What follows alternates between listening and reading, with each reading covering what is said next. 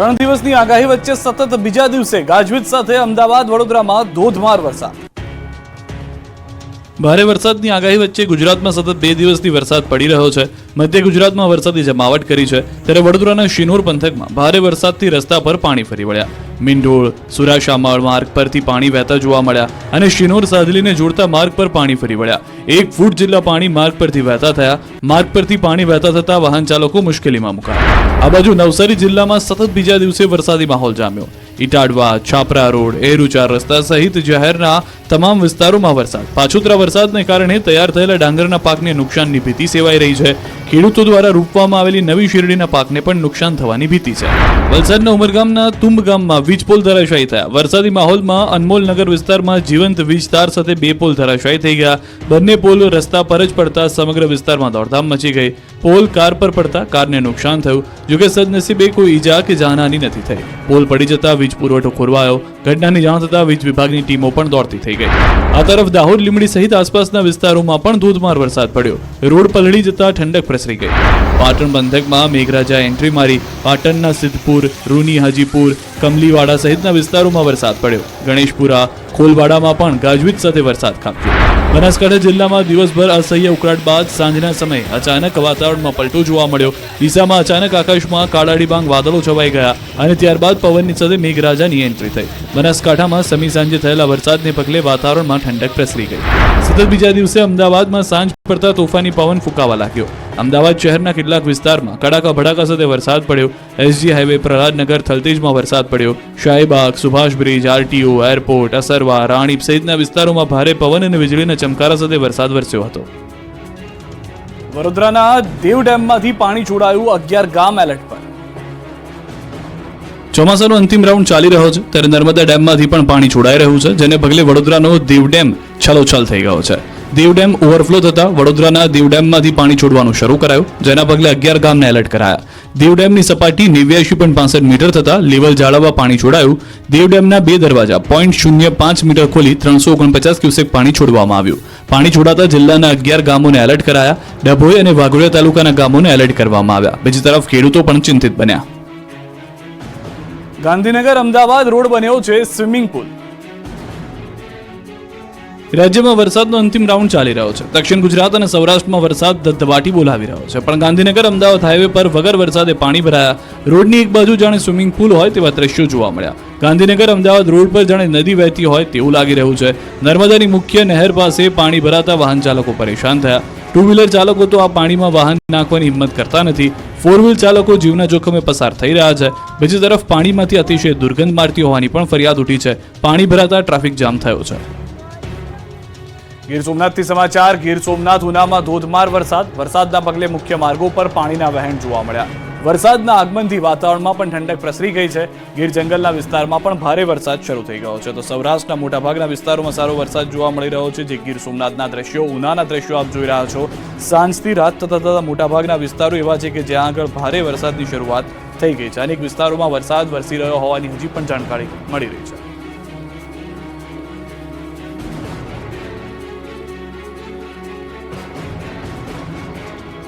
બોટાદ, બરવાળા શહેરમાં સહિત અનેક તાલુકામાં પણ વરસાદ થઈ ગયો છે। બોટાદથી સમાચાર। બરવાળા શહેર સહિતના તાલુકા વિસ્તારમાં વરસાદ, અતિ ભારે પવન ફૂંકાવાની સાથે વરસાદ, તીવ્ર ગતિ સાથે પવન અને ધોધમાર વરસાદ શરૂ થયો છે। બરવાળા શહેરના તમામ વિસ્તારોમાં ધોધમાર વરસાદ શરૂ થઈ ગયો છે। બરવાળા શહેરના ખમીદાણા દરવાજા વિસ્તારની મુખ્ય બજાર પાણીમાં જોવા મળી રહી છે। અનેક વિસ્તારો એવા છે કે જે પાણી થઈ ગયા છે। બરવાળા તાલુકાના રોજિદ, રાણપરી, નાવડા, રામપર, ખમીદાણા, કુંડળ, બેલા, ટીમલા, ખાંભળા, સાળંગપુર સહિતના સમગ્ર પંથકમાં વરસાદ છે। અતિભારે પવન ફૂંકાવાની સાથે વરસાદ થતા ખેડૂતો મૂંઝવણમાં મુકાઈ ગયા છે। કપાસ, તલ, જુવાર સહિતના ઉભા પાકમાં નુકસાન થવાની પણ ભીતિ સેવવામાં આવી રહી છે।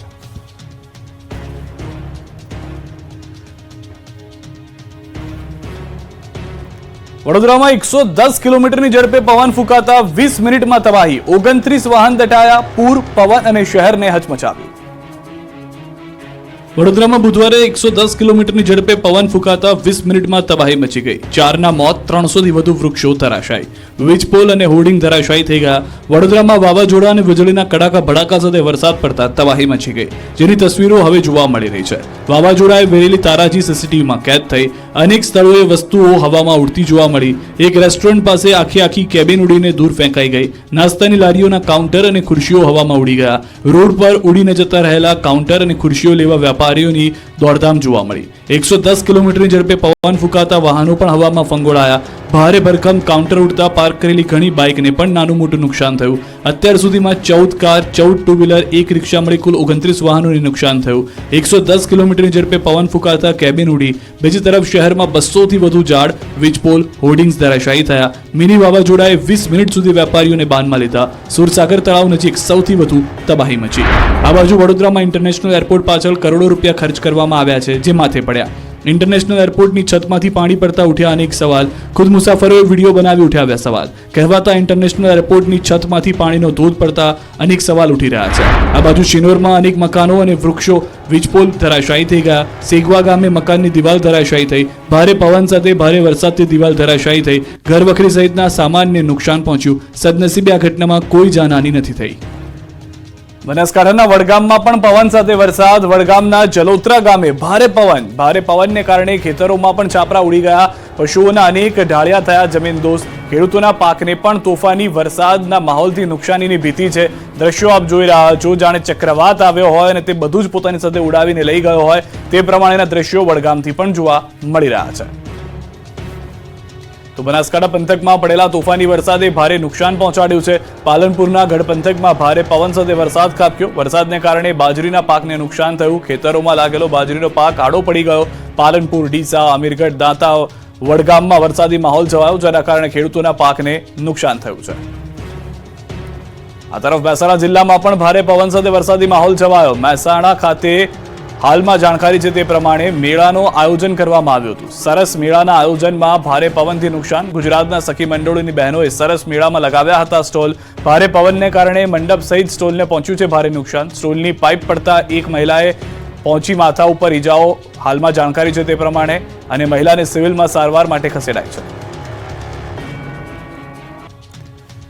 સુરતમાં 3 માળના મકાનમાં વિકરાળ આગ, એક વ્યક્તિ ભડથું. સુરતના સીમાડા નાકા વિસ્તારમાં 3 માળના મકાનમાં આગ લાગતા દોડધામ મચી ગઈ. વાલમનગરમાં મકાનના 3જા માળ ઉપર આગ લાગતા ધુમાડાના ગોટે ગોટાથી આકાશ ભરાયું. 1 કિલોમીટર દૂર સુધી ધુમાડાના ગોટે ગોટા દેખાયા. ગ્રાઉન્ડ પ્લસ 3 માળના મકાનમાં ઘટના બની. 3જા માળ ઉપર ડ્રેસ અને સાડી પર ટીકી ચોંટાડવાનું કામ કરવામાં આવતું. ટીકી ચોંટાડવા માટે જે કેમિકલનો ઉપયોગ થાય છે તે ખૂબ જ જ્વલનશીલ હોવાને કારણે આગ ફાટી નીકળી, જેથી અંદર કામ કરતા 5 લોકો દાઝી ગયા તેમજ એક વ્યક્તિનું મોત થયાનું પણ જાણવા મળ્યું. અંદર કામ કરી રહેલા 8થી વધુ કારીગરોને અસર થઈ, જેમાંથી 5 જેટલા દાઝી જતા સ્મીમેર હોસ્પિટલ ખસેડવામાં આવ્યા, જ્યારે એકનું સળગી જવાને કારણે મોત થતા તેની ડેડ બોડી પોસ્ટમોર્ટમ અર્થે લાવવામાં આવી. આ સાથે જ બારીમાંથી બાજુમાં મકાનમાં કૂદી જનાર મહિલા સહિત બેને સારવાર અર્થે સ્મીમેર હોસ્પિટલ ખસેડવામાં આવ્યા. આ અંગેનો ફાયર વિભાગને કોલ મળતા જ ફાયરની ટીમ પહોંચી હતી. કલાકો સુધી પાણીનો મારો ચલાવી આગને કાબૂમાં કરી હતી. ડીસામાં ઈ બાઇકમાં ચાર્જિંગ સમયે થયો બ્લાસ્ટ. ઈવી વાહન ધારકો સાવધાન થઈ જજો. ઈવી વ્હીકલોમાં બ્લાસ્ટની ઘટનાઓ વધી રહી છે. ત્યારે બનાસકાંઠાના ડીસામાં લેબોરેટરીમાં ઈવી વ્હીકલમાં બ્લાસ્ટ થયો, જેથી લેબમાં આગ લાગતા દોડધામ મચી ગઈ. ઈવી મોપેડની બેટરીમાં ચાર્જ સમયે બ્લાસ્ટ થતા આગ લાગી. મોપેડની આગથી લેબોરેટરીમાં આગ પ્રસરી. આગમાં લેબોરેટરીનો તમામ સામાન બળીને ખાખ થયો. સદનસીબે મોટી જાનહાનિ ટળી. મોપેડની પ્યોર કંપનીની બેટરીમાં બ્લાસ્ટ થતા લોકો ઘટના સ્થળે ઉમટ્યા. સ્થાનિક લોકોએ પાણીનો છંટકાવ કરી આગને કાબૂમાં લીધી. પારડીમાં બેફામ કાર ચાલકે બાઇક ચાલકને ફૂટબોલની જેમ ફંગોળ્યો. ઘટના સ્થળે જ મોત. વલસાડ જિલ્લાના પારડીના કલસર ગામ નજીક રફતારનો કહેર જોવા મળ્યો. હિટ એન્ડ રનની ઘટના બની હતી. પૂર ઝડપે જતા કાર ચાલકે બાઇકને ટક્કર મારતા બાઇક ચાલક ગંભીર રીતે ઇજાગ્રસ્ત થયો. જોકે સારવાર દરમિયાન ચાલકનું મોત નીપજ્યું. ધરમપુરના ઉજરપાડા ગામના માસ્તર ફળિયામાં રહેતા વિપુલ સુરેશ પટેલ વાપી નોકરી કરી અને ઘરે પરત ફરી રહ્યા હતા. એ દરમિયાન પારડીના કલસર ગામ નજીકથી બાઇક પર જઈ રહ્યા હતા. એ દરમિયાન પાછળથી પૂર ઝડપે આવેલી એક કારે બાઇકને જોરદાર ટક્કર મારી. આથી બાઇક સવાર વિપુલભાઈ હવામાં ફંગોળાયા અને નીચે પટકાયા. જોકે ટક્કર મારી કાર ચાલક ઘટના સ્થળથી ફરાર થઈ ગયો, પરંતુ હાઈવે પરથી પસાર થતા અન્ય વાહન ચાલકો તાત્કાલિક દોડી આવ્યા અને વિપુલભાઈને ગંભીર રીતે ઇજાગ્રસ્ત હાલતમાં સારવાર માટે દાખલ કરવામાં આવ્યા. વધુ સારવાર માટે સુરત ખસેડાયા, જ્યાં સારવાર દરમિયાન તેમનું મોત નીપજ્યું. મૃતકના પરિવારજનોએ સીસીટીવી ફૂટેજ મુજબ ફરાર કાર ચાલકને ઝડપી તેના વિરુદ્ધ કાયદેસરની કાર્યવાહી કરવા રજૂઆત કરી. ભરૂચમાં પોલીસ કર્મીને નડ્યો અકસ્માત, કારના કચ્ચરઘાણ નીકળી ગયો. કારના કચ્ચરઘાણના આ દ્રશ્યો છે ભરૂચના. ભરૂચમાં પોલીસ કર્મીઓને નડ્યો અકસ્માત. સુરત ભરૂચ વચ્ચે નેશનલ હાઈવે નંબર 48 પર રાજકોટ એલસીબીની કારનો અકસ્માત થયો. આરોપીને લઈ પોલીસની કાર રાજકોટ પરત ફરતી હતી ત્યારે અકસ્માત સર્જાયો. અકસ્માત એટલો ખતરનાક હતો કે હ્યુન્ડાઈ ક્રેટા કારનો અકસ્માતમાં કચ્ચરઘાણ નીકળી ગયો. સુરતના નાના બોરસરા ગામ પાસે આરોપીને લઈને રાજકોટ જઈ રહેલી રાજકોટ જિલ્લા એલસીબીની ટીમને અકસ્માત નડ્યો, જેમાં આઈસર ટેમ્પાએ પાછળથી ટક્કર મારતા કાર ચાલકે સ્ટીયરિંગ પરનો કાબુ ગુમાવ્યો અને કાર સીધી આગળ જઈ રહેલા ટ્રકમાં ઘૂસી ગઈ, જેને લઈને કાર પડેકું વળી ગઈ. કારમાં સવાર 4 પોલીસકર્મી અને એક આરોપી દબાઈ ગયા. આ અકસ્માતમાં એક પોલીસકર્મીનું મોત નીપજ્યું, જ્યારે કારમાં સવાર આરોપી સહિત અન્ય 3 પોલીસ જવાનને ગંભીર ઈજા પહોંચી. તમામ ઈજાગ્રસ્તોને સારવાર અર્થે અંકલેશ્વરની ખાનગી હોસ્પિટલમાં ખસેડાયા. પોલીસકર્મીઓ આરોપીઓને સુરતના હજીરાથી લઈને રાજકોટ પરત જઈ રહ્યા હતા. બનાવને પગલે સ્થળ પર દોડી ગયેલા હાજર લોકોએ કારમાં સવાર લોકોને બહાર કાઢ્યા. રાજકોટના 150 ફૂટ રિંગ રોડ પર નાના મોવા સર્કલ પાસે ગમખ્વાર અકસ્માતના સીસીટીવી જોવા મળ્યા, જેમાં મહિલા બીઆરટીએસ રૂટ પરથી પસાર થતા સમયે પાછળ બસે કચડી નાખી. મહિલાનું બીઆરટીએસ બસની અડફેટે ઘટના સ્થળે જ મોત થયું. રોડ ક્રોસ કરતા સમયે મહિલા સાથે દુર્ઘટના બની હતી. સમગ્ર મામલે પોલીસે વધુ કાર્યવાહી હાથ ધરી છે.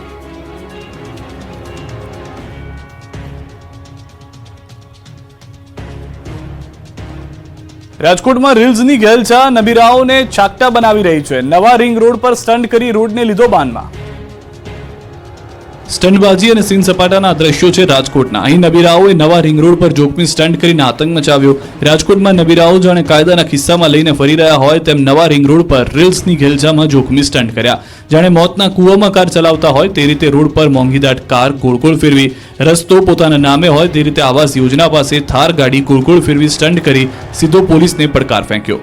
આટલેથી જ માલેતુજારો અટક્યા નહોતા. રસ્તાની વચ્ચે કાર પાર્ક કરી કેક કાપી ફટાકડા ફોડ્યા. રસ્તા ઉપર કાર રાખી જન્મદિવસની ઉજવણી કરી. દિગ્પાલસિંહ જાડેજા ઇન્સ્ટાગ્રામ પર આ સીન સપાટાનો વિડીયો પોસ્ટ કર્યો. વિડીયો વાયરલ થતા પોલીસે કારના નંબર પ્લેટના આધારે કાર્યવાહી શરૂ કરી. પાલનપુરમાં ચોરો એક્ટિવાની ડિક્કીમાંથી 80,000 ઉઠાવી ગયા. જો આપ આપના દ્વિચક્રી વાહનમાં કોઈ રોકડ અથવા કિંમતી વસ્તુ રાખીને જતા હો તો સાવધાન રહેજો. બનાસકાંઠાના પાલનપુરમાં જાહેર રોડ પર પાર્ક કરેલી સ્કૂટીમાંથી 80,000ની ચોરી થઈ. ખાસ વાત એ છે કે આ આખી ચોરી સીસીટીવીમાં કેદ થઈ. દ્રશ્યોમાં જોઈ શકો છો તેમ પહેલા એક વડીલ સ્કૂલને પાર્ક કરે છે અને જતા રહે છે, અને તે બાદ 2 યુવકો સ્કૂટી પાસે આવે છે અને આમ તેમ જોવાનો ડોળ કરે છે, અને પછી એક યુવક સ્કૂટીની ડિક્કી ઊંચી કરીને ડિક્કીમાં મૂકેલી થેલી કાઢી લે છે.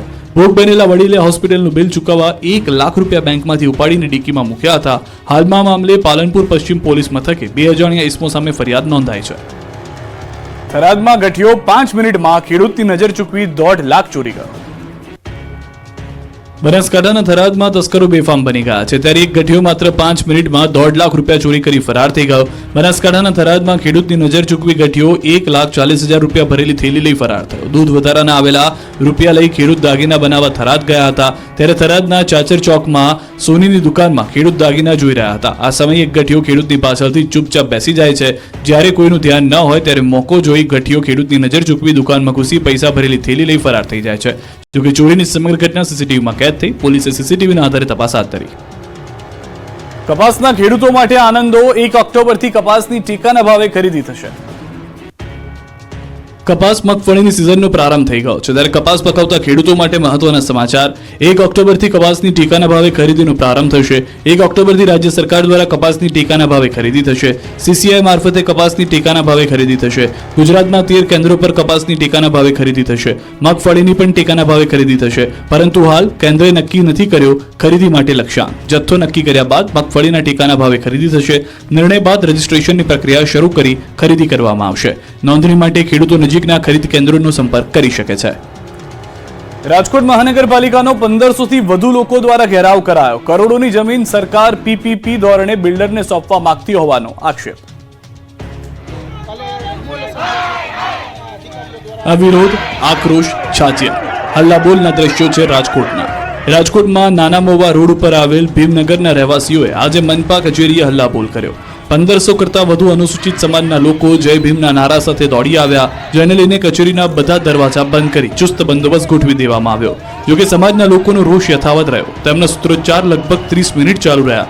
ભીમનગર વિસ્તારની જમીન પીપીપી ધોરણે બિલ્ડરને સોંપવા માટે આરએમસી દ્વારા પ્રક્રિયા હાથ ધરવામાં આવી, જેમાં અંદાજિત ₹700 કરોડની જગ્યાએ જેપી કન્સ્ટ્રક્શન બિલ્ડરને સોંપવા કવાયત શરૂ કરવામાં આવી.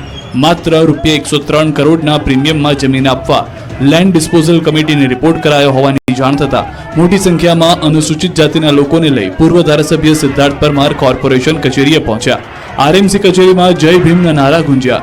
મહિલાઓ ચાજિયા લેતી મોટી સંખ્યામાં આવતા કચેરીના દરવાજા બંધ કરવામાં આવ્યા, જેને પગલે મ્યુનિસિપલ કમિશનર દેવાંગ દેસાઈ જાતે તેમની વચ્ચે ગયા અને આગેવાનોને મળીને સમગ્ર મામલે સ્થાનિકોના હિતને ધ્યાનમાં રાખી યોગ્ય નિર્ણય લેવા ખાતરી આપતા મામલો થાળે પડ્યો હતો. ઉત્તર ગુજરાતથી વરસાદને લઈને સમાચાર. મહેસાણામાં ધોધમાર વરસાદ ભારે હોવાને કારણે નીચાણવાળા વિસ્તારમાં પાણી ભરાઈ ગયા છે.